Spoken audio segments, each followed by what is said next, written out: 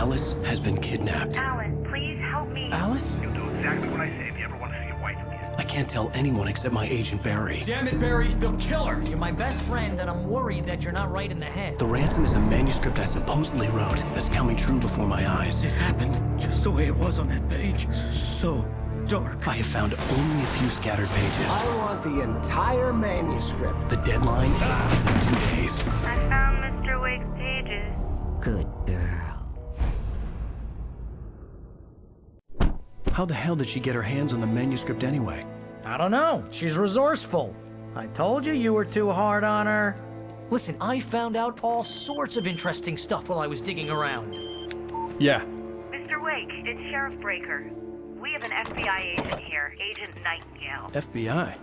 He's anxious to see you. You'd better come to the station. Okay, I'll be right over, Sheriff. Let's make this quick, huh? Help you folks? Name's Randolph. I'm the manager. We're looking for Rose. Works as a waitress down at the diner. Rose, sure. Nice girl. Who wants to know? I'm Alan Wake. The writer, huh? I heard on the radio you were visiting. Well, I'll show you her trailer. That Rose, she's a nice girl. Always pays her rent on time. As I was saying, Al, I found all sorts of weird stuff from the local newspaper's archives. This place is crazy. Disappearances, mysterious deaths, urban legends come true, and get this, most of this stuff takes place around Cauldron Lake. Well, you ain't wrong, mister. The Indians thought the lake was a doorway to the underworld. I'm the God-fearing type myself. I don't hold with that sort of thing. Yeah, okay. Anyway, there was an island there owned by a guy called Thomas Zane. Now, some of the articles I found about him make him out to be a famous writer, but I ran a bunch of searches, couldn't find a single thing he wrote. Zane was heavily into diving, so much so that the place came to be called Diver's Isle. But the volcano under the lake erupted in 1970, and Zane went down with the island.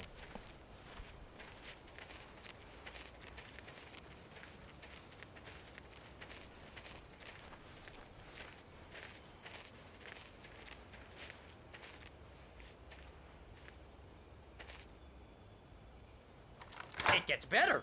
A local girl, Barbara Jagger, drowned in Cauldron Lake just a week earlier. They were lovers. Sure, Jagger's a local spook story. The Scratching Hag comes for you in the dark. Childish stuff like that. Anyway, Al, I'm just getting to the best part. All of the articles about this stuff were written by Cynthia Weaver. I asked around, and she's that crazy bag lady you met. What, the lamp lady? She can be a little loopy, but she's not homeless or anything. Yeah, anyway, she knew both Jagger and Zane before they both died, and she had some kind of a breakdown.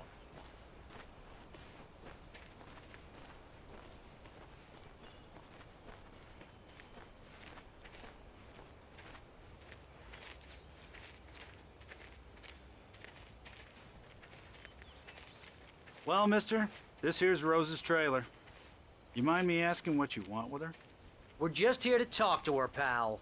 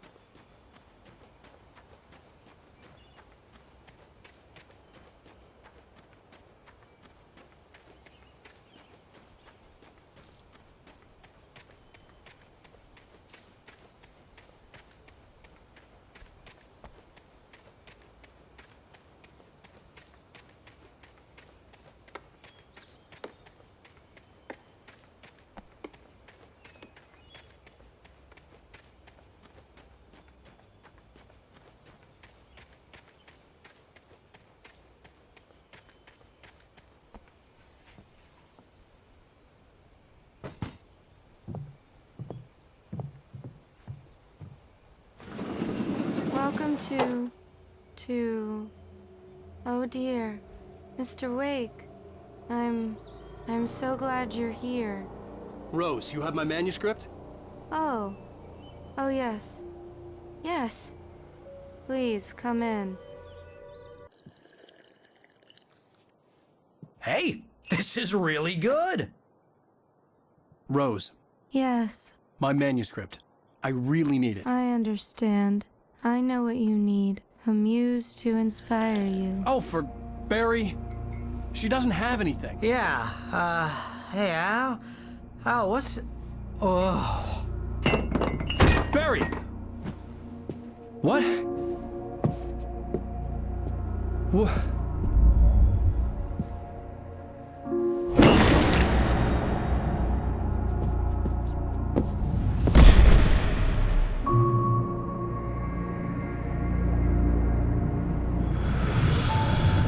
It's coming for you, hiding in my barber's skin. I'm too weak to stop it. You must turn the lights on. I promised I'd come visit you and your lovely wife. You must finish what you started. I insist. You must turn the lights on. Turn the light on. Back to work, boy.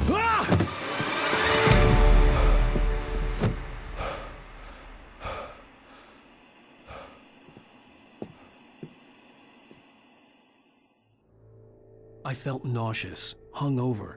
Only anger kept me going.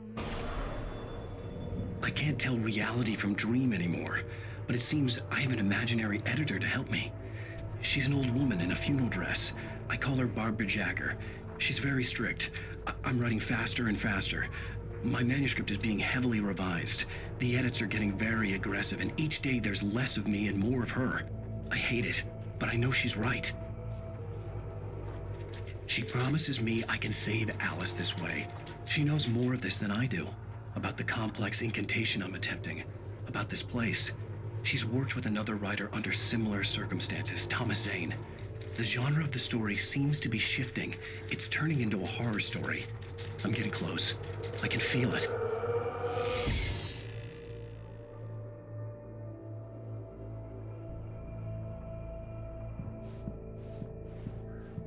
Rose took a day from me. I had less than 12 hours left to meet the kidnapper. All I could do was get Barry into the car, work something out once I got on the road. Welcome to the Oh Dear Diner. What can I get you today? Coffee? I couldn't work up much hate for Rose. Something had used her to get to me and left its mark. First refill is free. Milk and sugar on the counter there. Would you like to hear today's specials? Thank you. A nice day. Come back soon. Barry was out of it. He was way too heavy to carry. You're right. I deserve more money. I'm so handsome.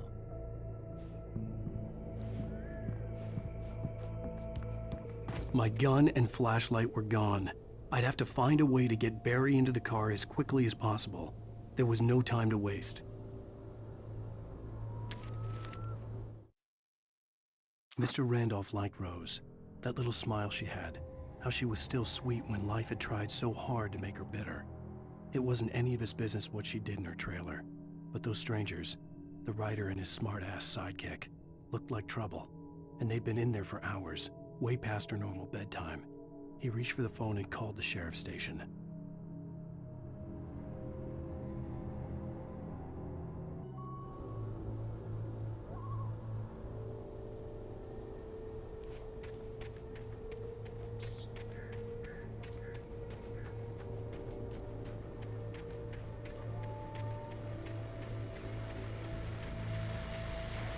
I just stepped outside to catch a breath of fresh air, and let me tell you, the weather's getting heavy. Nights like this make me especially glad I'm here talking to you and not home in bed. Once the weather takes a turn like this, I can't sleep at all. It's all tangled bed sheets and dark thoughts. punctuated by the occasional plunge into nightmare. Is it just me? Well, perhaps it is. But I hope I can make the night a little bit easier to get through. Caller, you're on KBF FM. Hey, Pat, it's Walt Snyder. What's on your mind, Walt? Well, I am the way you are, but, well, I can't sleep either, you know? I just been staring out the window here, trying to make sense of it all, but,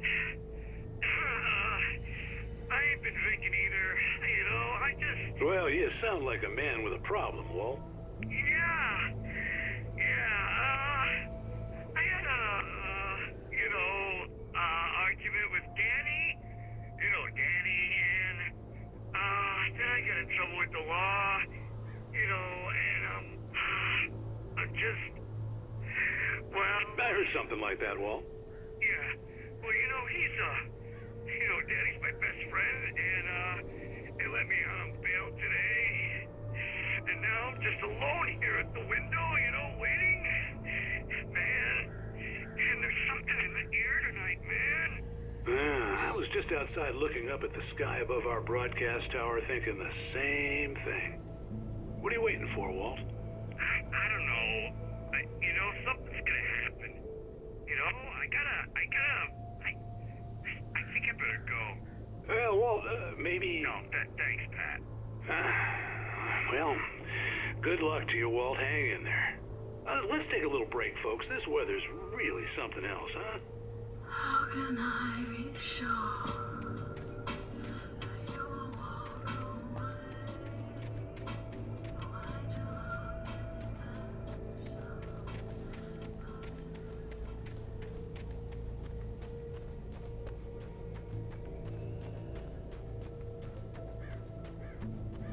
Oh, you're gonna get it now. God knows what you've done to that poor girl. This is Agent Nightingale, FBI! Get him up, Hemingway! You're under arrest! You move a muscle, I'll unload right in your goddamn face! Stay right where you are, Blaine!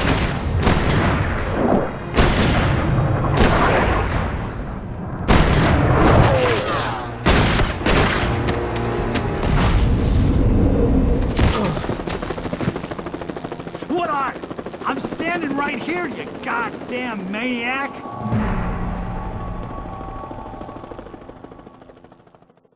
I hated to leave Barry behind, but there was no way I'd miss my appointment with the kidnapper. Give it up, Mr. Wake! Come on! Take it easy on it! Don't get away! Move it! Move it! Move it! I'll have your shot if you let him get away!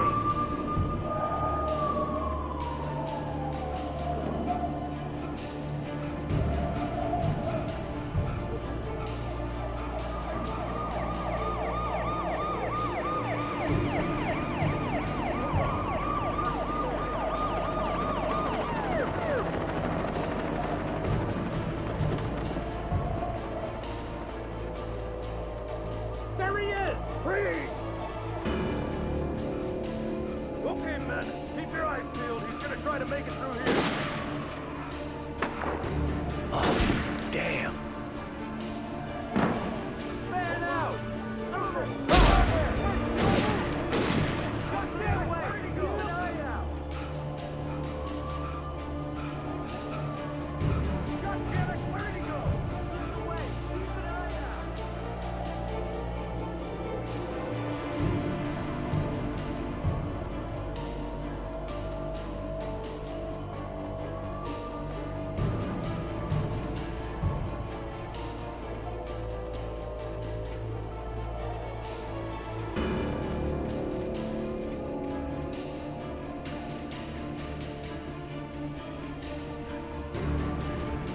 He's gone! Come on, guys! We need to head him off!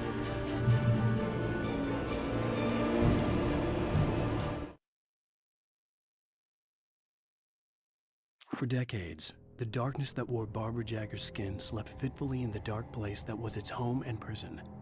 It was hungry and in pain. It dreamed of its nights of glory when the poet's writing had called it from the depths and given it a brief, terrible taste of power and freedom. The rock stars had stirred it from the deep sleep the poet had sunk it back to in the end. When it sensed the writer on the ferry, it opened its eyes.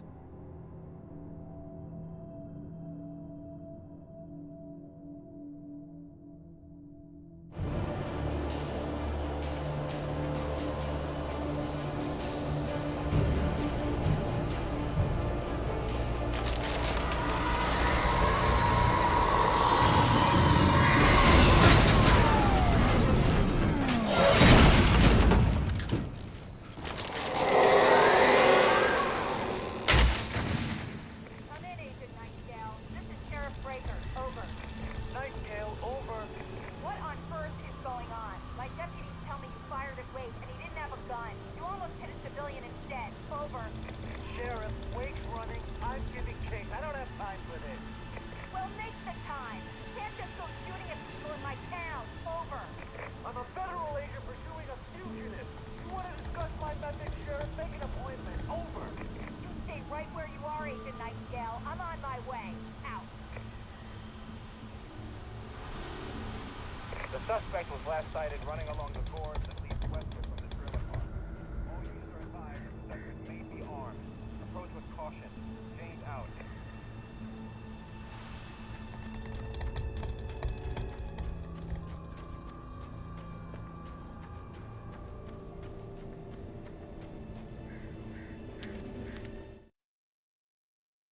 Rose didn't know how the strange old lady got in her trailer, and she looked wrong somehow.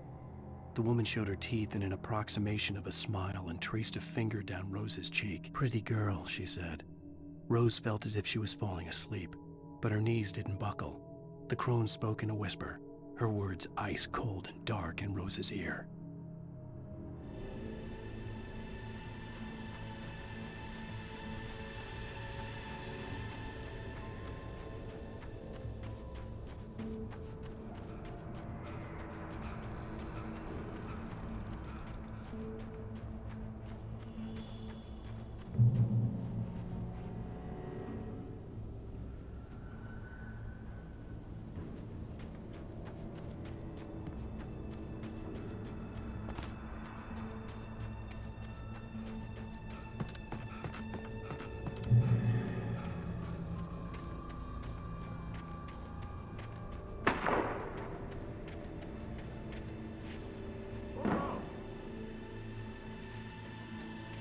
Search the area.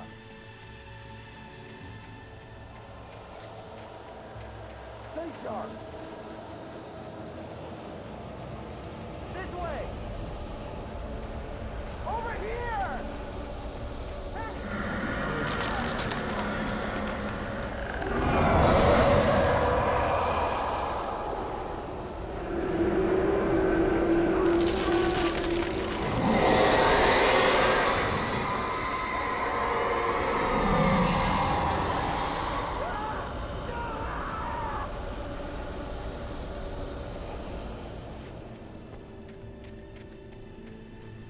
This horror was everywhere I went, circling me. The cops didn't stand a chance. They were after a writer, not a monster.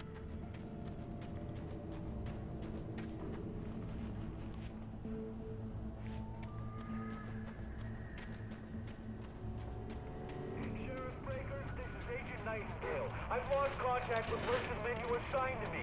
It's Wake's doing. Wait, are you seriously telling me that geek writer just took out my deputies? Are you kidding? I mean, have you seen this guy? He wears a tweed jacket. Over. He's the guy we're chasing. If it's not him, who then? Bigfoot? Over. I don't know yet, but I'm not in the habit of jumping to conclusions. That tends to come back and bite you in the ass. Out.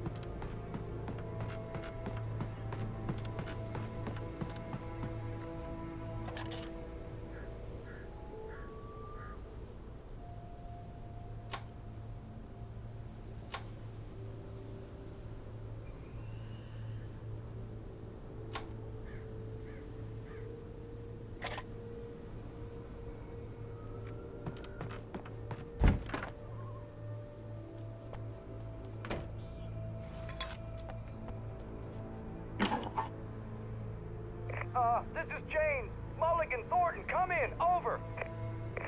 Thornton here. James, we got both Wheeler and Rose in custody. They didn't put up a fight or anything. But anyway, hey, what are you doing? Come on! Sit down and give me that. James, Mulligan here. Over. Go ahead, Mulligan. Over. We got Wheeler and Rose here. Wheeler's drunk or hopped up on something. Speaking of which, that Fed had a pretty distinctive whiff of Otis Scotch about him, you know what I mean. Over. I don't have anything on that, Deputy Mulligan. Over. Well, whatever. Anyway, Rose is just being plain weird here. You better get Doc in to take a look at both. Over. Gotcha. You better get them here quickly. The Fed's gonna want to interview Wheeler. Over. Oh, yeah, I'll bet he does. Looks like they have a lot in common. Mulligan out.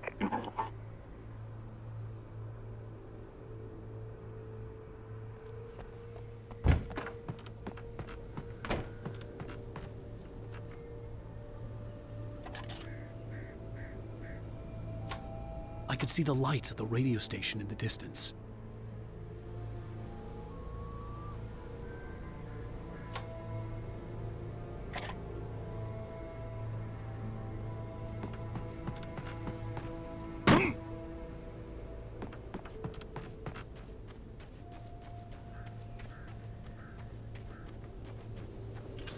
I imagined that the broadcast tower in the distance was part of the local radio station. Maine seemed like a decent guy. Perhaps he could give me directions to the coal mine.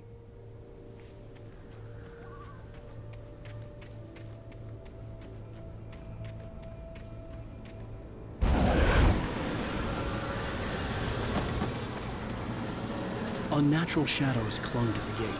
The darkness that was after me was trying to stop me. I wouldn't get through without a light.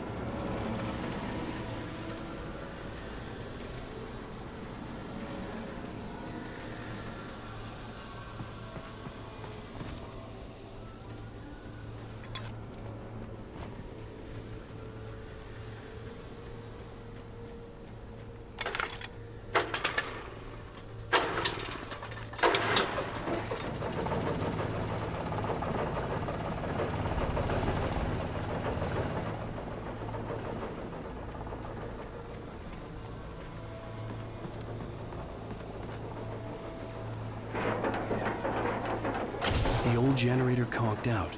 I'd have to see if I could fix it and try again.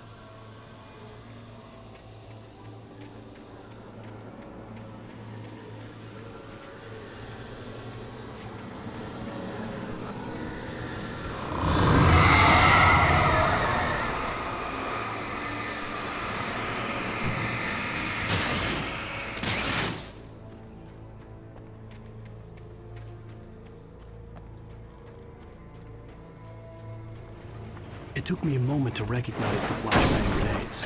They were an ideal weapon for my situation. Team 1, come in. Over. Team 1, this is Sheriff Breaker. Report. Over. Team 2, come in. I need a report. Over. Come on, guys. Talk to me. Come in, please. Over.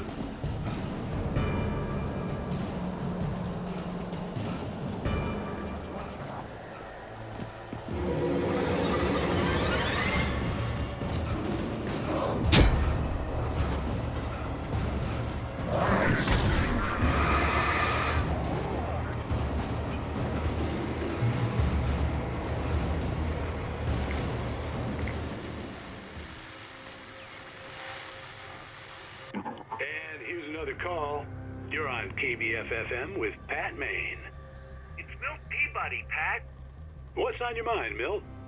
Well, I live near the trailer park, Pat, and there's a big ruckus going on over there. Well, that's just up the road from me, too.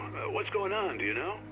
I don't know, but there's a bunch of police cars there, lots of sirens, a helicopter buzzing around, and I think I heard some gunshots. Gunshots? Yes, sir, like from a pistol. So can you find out what's going on? Because it's just next door and they're popping off guns there. They're still shooting? No, it was maybe 10-15 minutes ago. It sounds serious, Pat. I'm telling you, it don't sound like no party. I'm certainly going to give the station a call, Milt. Okay. You'll hear it here as soon as I hear from them. Okay, thanks.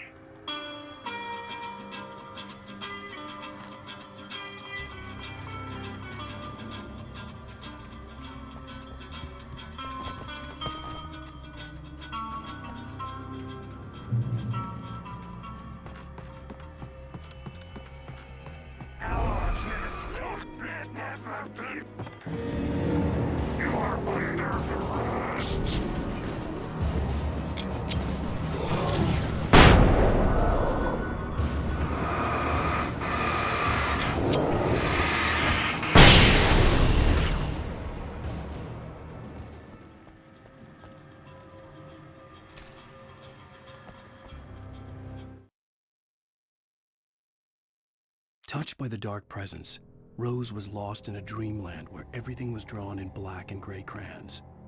The old lady had promised her that all her wishes would come true. She would be Alan Wake's muse. She was smiling so hard it hurt her face. She crushed a bottle full of sleeping pills into the coffee. Deep down inside, she was screaming in terror.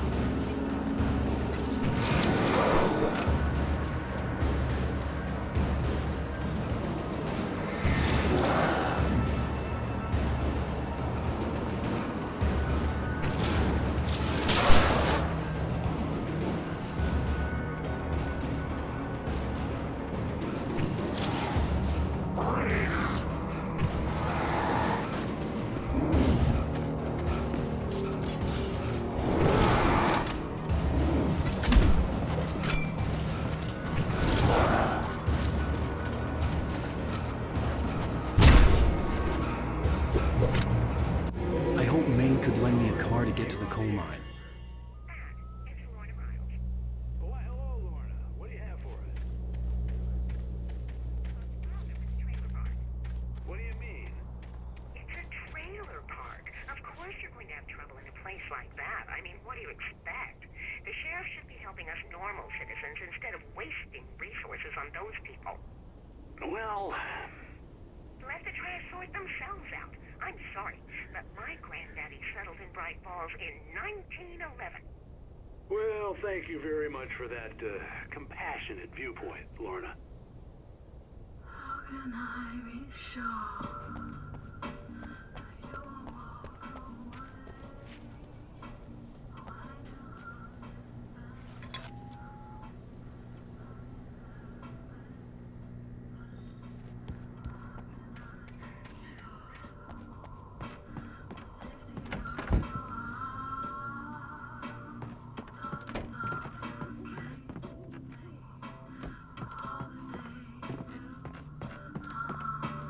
Oh, here's a little surprise. The famous writer Alan Wake just walked in. Folks, I'm going to see if I can talk him into an interview. Come on in, Mr. Wake. Oh, I'm so glad you could find the time to do this, Mr. Wake. Nowhere to run now, Dan Brown. You back away from me. Don't hurt her. Whoa. Everyone calm down. Put the gun down. We're all friends here, right? Cool your jets, Nightingale. We got him. What the hell's the matter with you? There's a civilian in there.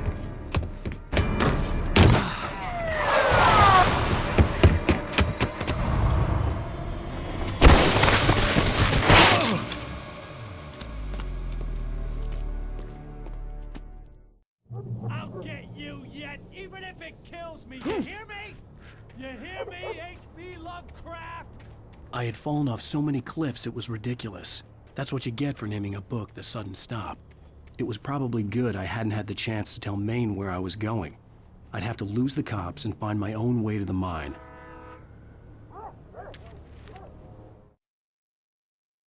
Nightingale stared through the broken studio window into the dark woods. He turned around, started to walk out, but Maine grabbed his arm. "Young man, you almost shot me. You don't shoot off rounds at people like that. What's the matter with you?" Nightingale shook his arm free, marched out. His cheeks burned with rage and humiliation.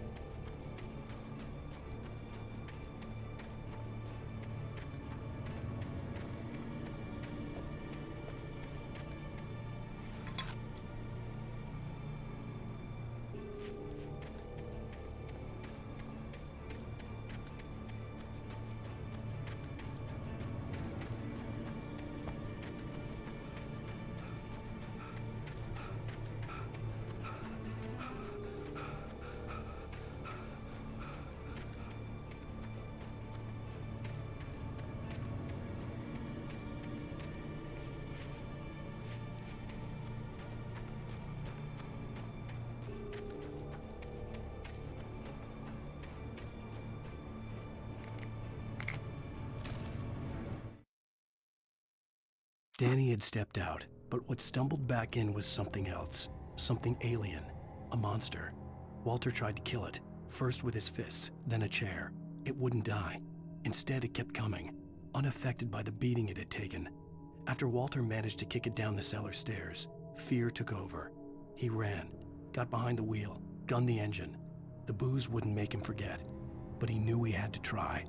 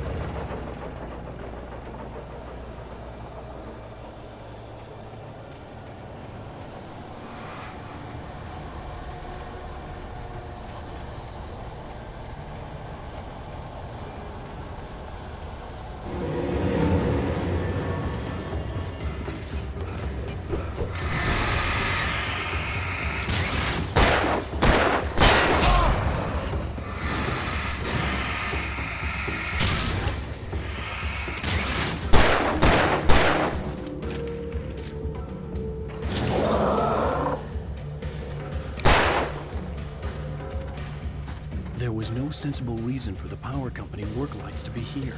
It was almost as if they'd been left in the rooms.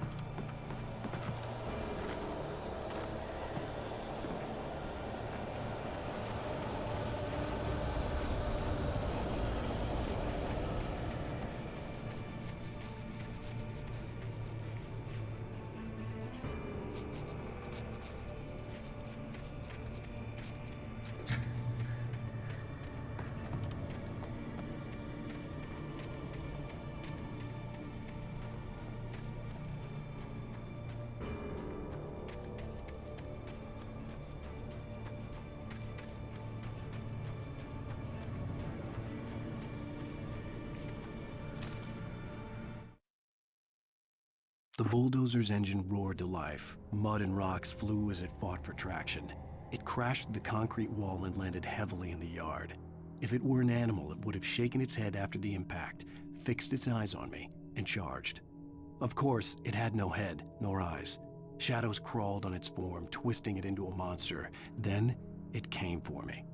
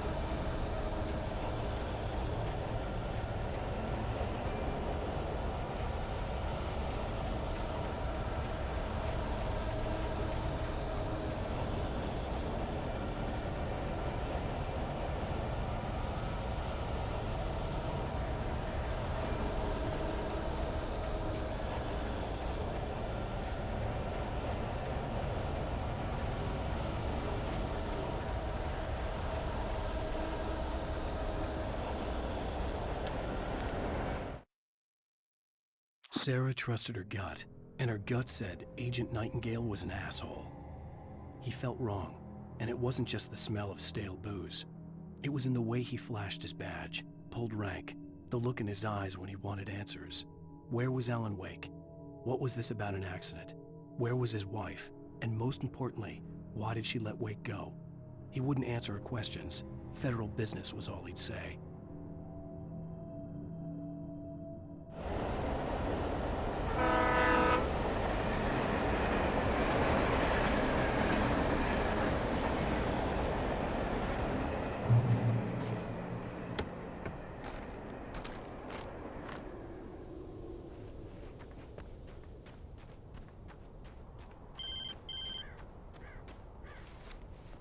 Hello? The most stubborn man I've ever met. Alice? Alice? Alan, I'm so afraid. Keeps me in the dark. Please help me. I look at you, Alan, and it's not you. Something else. Looking out from behind your eyes. Alice, I'm here. I'm so alone here. It's all gonna go to hell. You need to be careful. Cooperate. The connection had been terrible, but that wasn't the only thing that hadn't been right with the call. She sounded wrong somehow, but she had called me.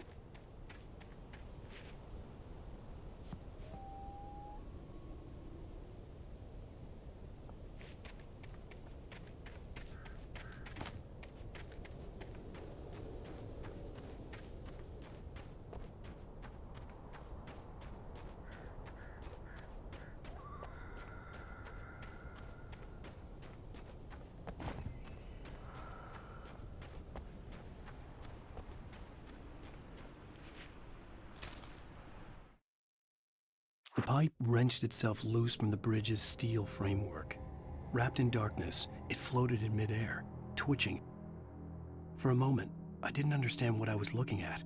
The heavy object lurched at me with impossible force. I threw myself out of the way, but just barely. When I turned my flashlight on it, it shook in a dark rage before it flew at me again.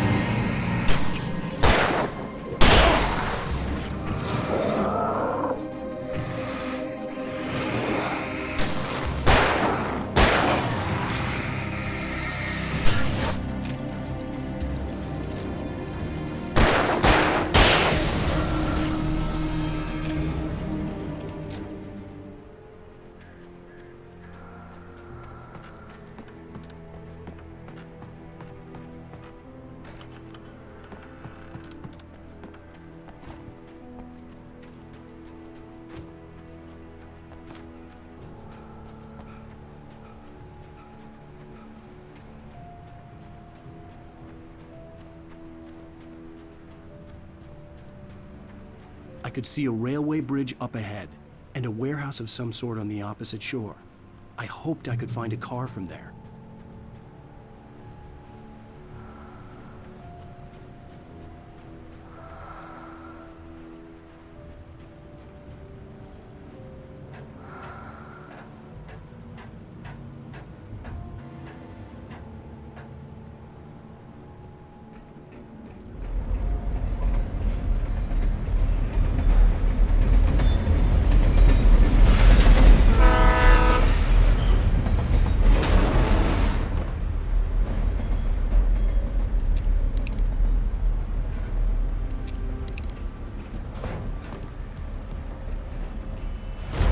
That was pursuing me was growing stronger, and it was taking over everything in its path.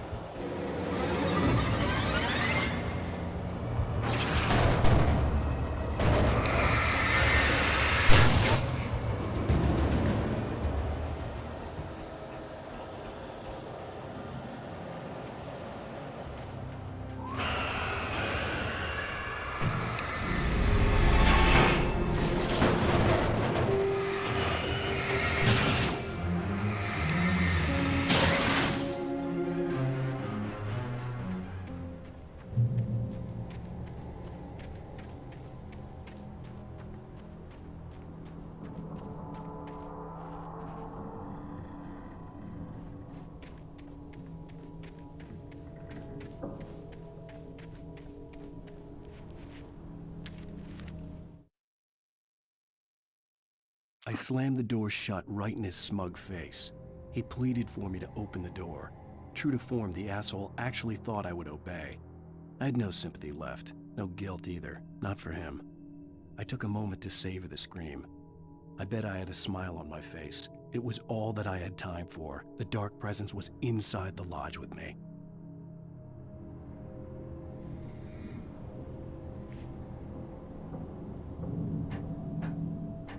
As a teenager, just starting to get interested in writing, Stephen King had been a source of inspiration to me. I thought about all the inanimate objects that had come to life in his books. No one is safe in a good horror story, certainly not the protagonist. That's what makes them fun. This was anything but. The darkness could possess anything, and it was getting closer.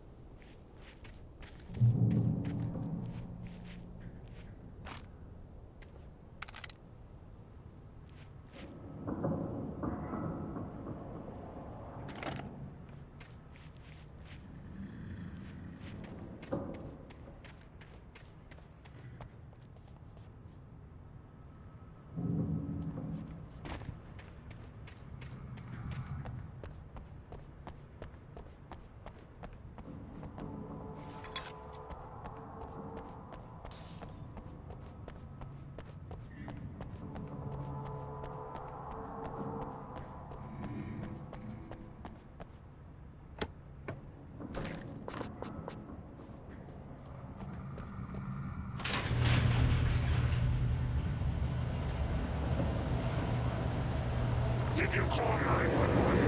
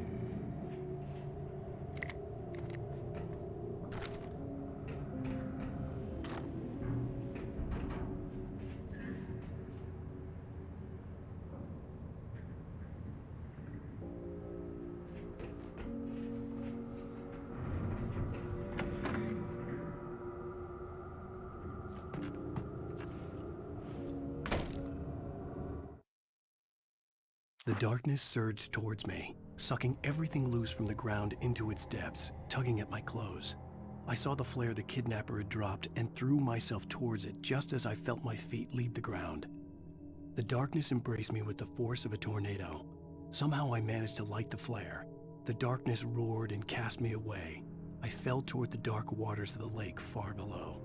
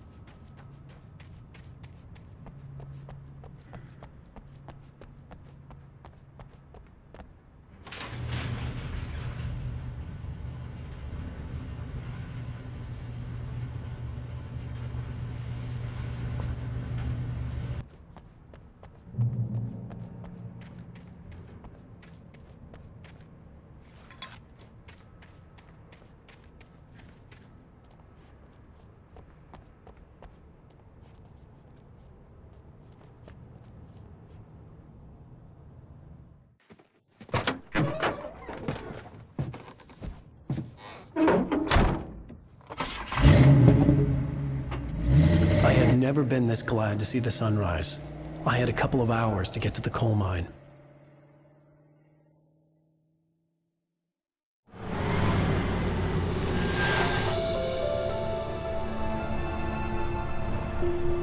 The coal mine wasn't far now.